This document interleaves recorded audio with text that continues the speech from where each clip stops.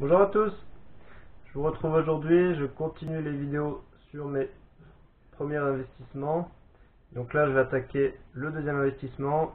Comme je vous disais, le premier a été très long, j'ai fait en 5 parties et puis j'ai eu des soucis techniques. Donc là je vais essayer d'être concis et puis éviter de rentrer trop dans les détails, de trop m'éparpiller. À ce sujet, j'ai également été interviewé par un ami investisseur qui s'appelle Émeric Michal. Sa chaîne YouTube c'est Investisseur Immeuble, je crois, Investissement Immeuble. Donc je vous mettrai le lien en description de l'interview qu'il a fait de moi.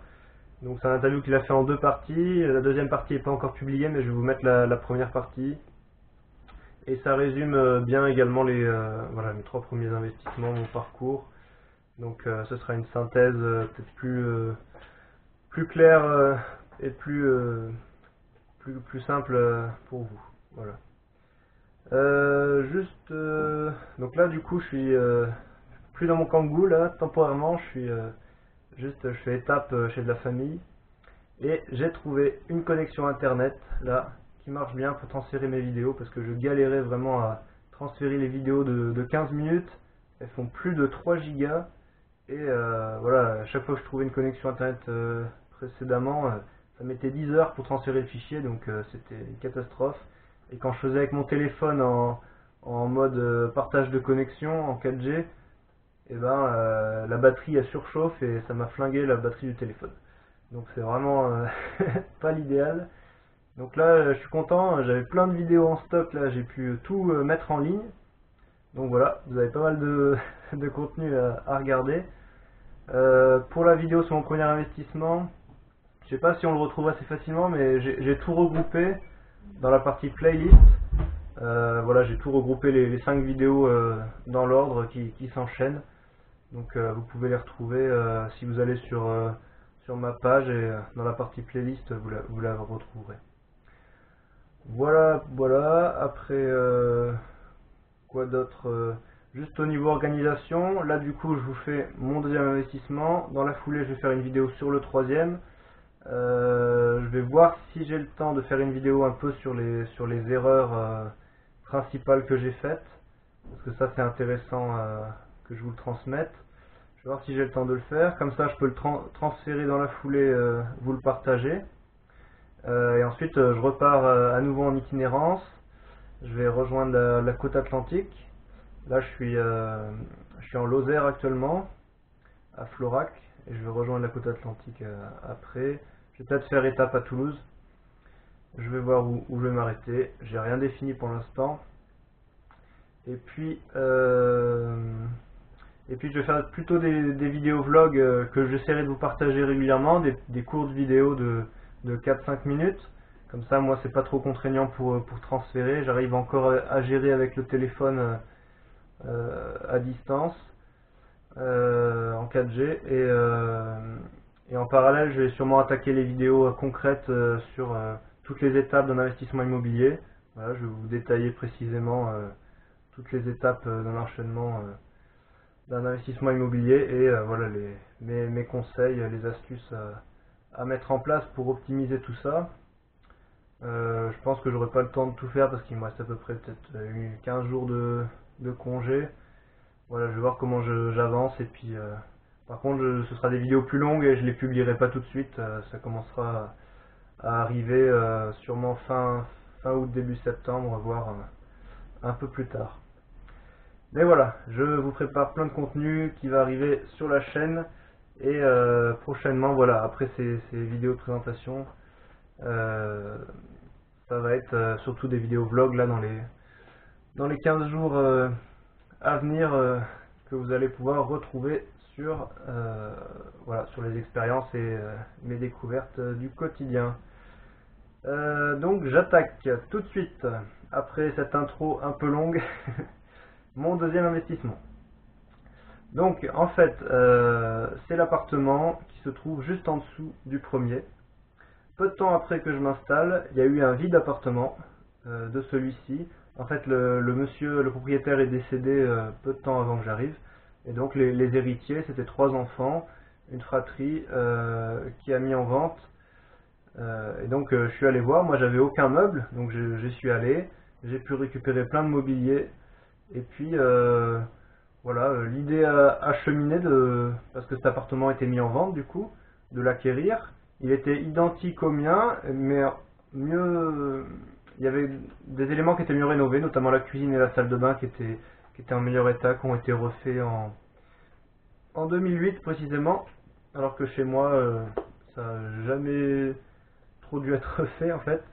J'ai refait ensuite ultérieurement moi les travaux, là c'était déjà le cas. Donc du coup j'ai réfléchi et puis je me suis dit mais Robin, voilà c'est le début, hein, mais je me suis dit purée, l'immobilier, voilà t'as compris le truc, plus tu avances vite, plus tu gagnes de l'argent, il vaut mieux faire que vaut mieux, comment on dit, vaut mieux fait que parfait, voilà. Il vaut mieux avancer, faire quelque chose plutôt que d'attendre. Dans l'immobilier, c'est vraiment ça. Hein.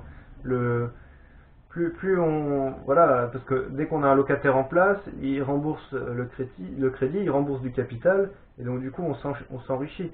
Donc plus tôt on fait une opération immobilière, plus tôt on s'enrichit en fait. Donc voilà un peu ça. Juste, tant que j'y pense, j'ai dû vous parler dans les précédentes vidéos de la loi de l'attraction et le film Le Secret. Donc j'ai retrouvé le lien là, j'espère qu'il ne sera pas supprimé de YouTube, mais je vais également vous mettre en description ce lien là. Donc je vais vous mettre le lien, comme je disais tout à l'heure, de mon ami Hendrik Michal qui m'a interviewé. Bonjour à lui d'ailleurs s'il regarde cette vidéo. Et puis le lien vers le film de la loi d'attraction, moi c'est vraiment quelque chose que j'ai vraiment apprécié. Ça m'a fait comme une révélation. Ouais, c'était vraiment voilà, j'ai trouvé ça génial. Vous me direz ce que vous en pensez. Et puis voilà, bon visionnage pour ça. Donc fin de la parenthèse.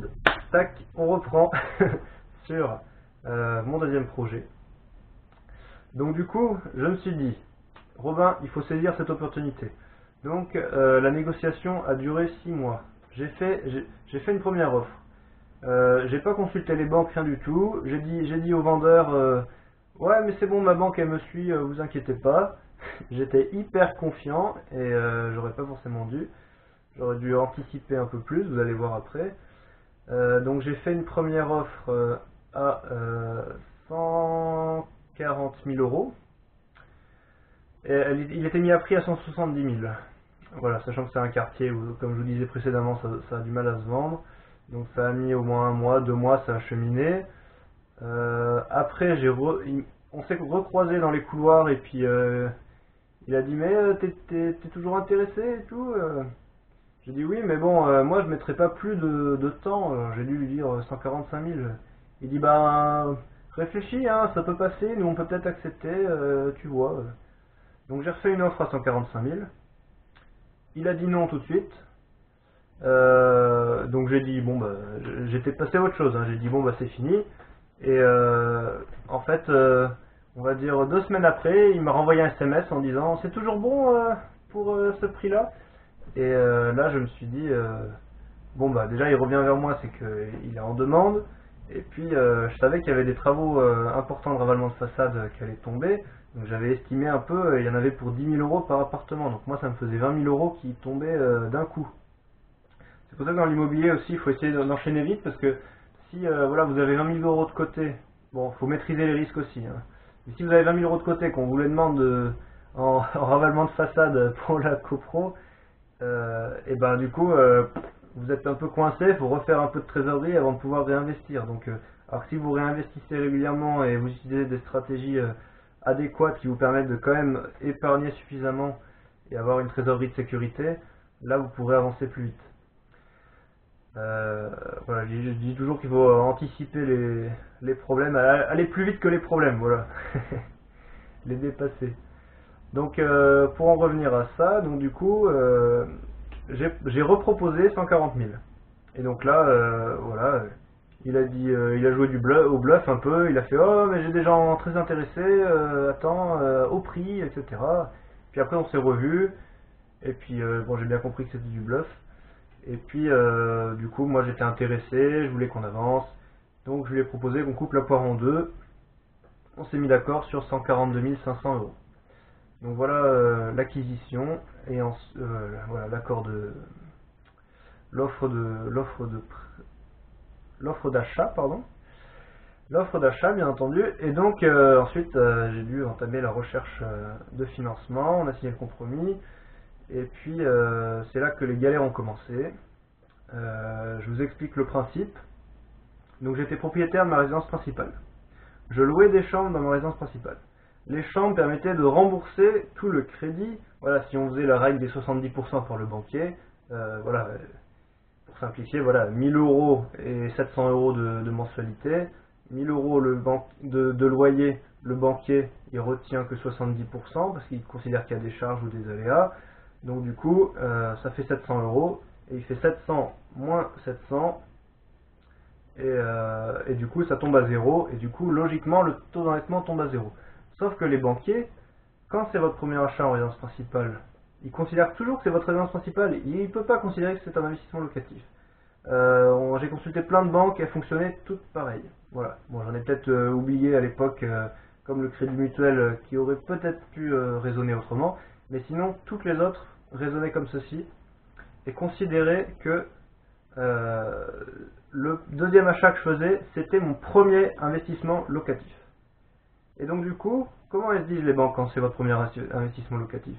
Elles disent, ben, on n'a pas assez de recul sur sa manière de savoir investir, on ne sait pas s'il sait bien gérer le locataire, on ne sait pas s'il n'a pas oublié des paramètres, enfin bref, même si vous amenez un business plan carré, voilà, j'avais fait un business plan déjà à l'époque, et même si vous amenez quelque chose de carré, le banquier, il aura des doutes, il dira, je ne peux pas encore lui faire confiance, on ne sait jamais voilà ce qui peut arriver, on n'a pas assez de recul sur son premier investissement, et donc en fait le financement j'ai réussi à l'obtenir, et puis j'étais très pris dans mon boulot et du coup j'avais pas le temps de me consacrer moi-même à la recherche de financement. Ça c'est vraiment un gros problème, il faut vraiment vous y investir, aller sur le terrain, faut vraiment se battre hein, pour le financement. Voilà, moi j'étais très pris par mon travail et du coup j'ai pas pu mener ça correctement, ça a duré 6 mois, il a fallu expliquer aux vendeurs, leur justifier que j'avais fait des recherches, etc. Voilà, parce que forcément quand tu vends, tu signes le compromis, pour lui le vendeur c'est signé, c'est vendu, c'est fini, et heureusement eux voilà, ils ont compris ma situation, je leur ai bien expliqué, et on a pu aboutir à la vente, mais voilà, ça a mis 6 mois quand même, pour eux c'était interminable, et pour moi aussi. Et donc du coup je suis passé par un courtier, sur conseil de mon notaire, et ce courtier a réussi à me trouver un financement chez HSBC. Et en fait la stratégie pour qu'il me finance, donc là c'était en délégation du directeur de l'agence, sinon ce ne serait pas passé au siège, on m'a dit que ce serait systématiquement refusé. Et en fait la stratégie qu'on a trouvée, c'est de dire que le nouvel achat, c'était ma résidence principale.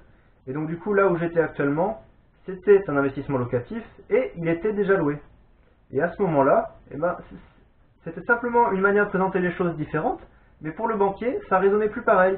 On disait, ah, c'est un investissement locatif là où il est, et en plus il le loue déjà depuis quelques temps, ah, ben, regardez, les loyers tombent sur le relevé de compte, ça marche, il sait gérer.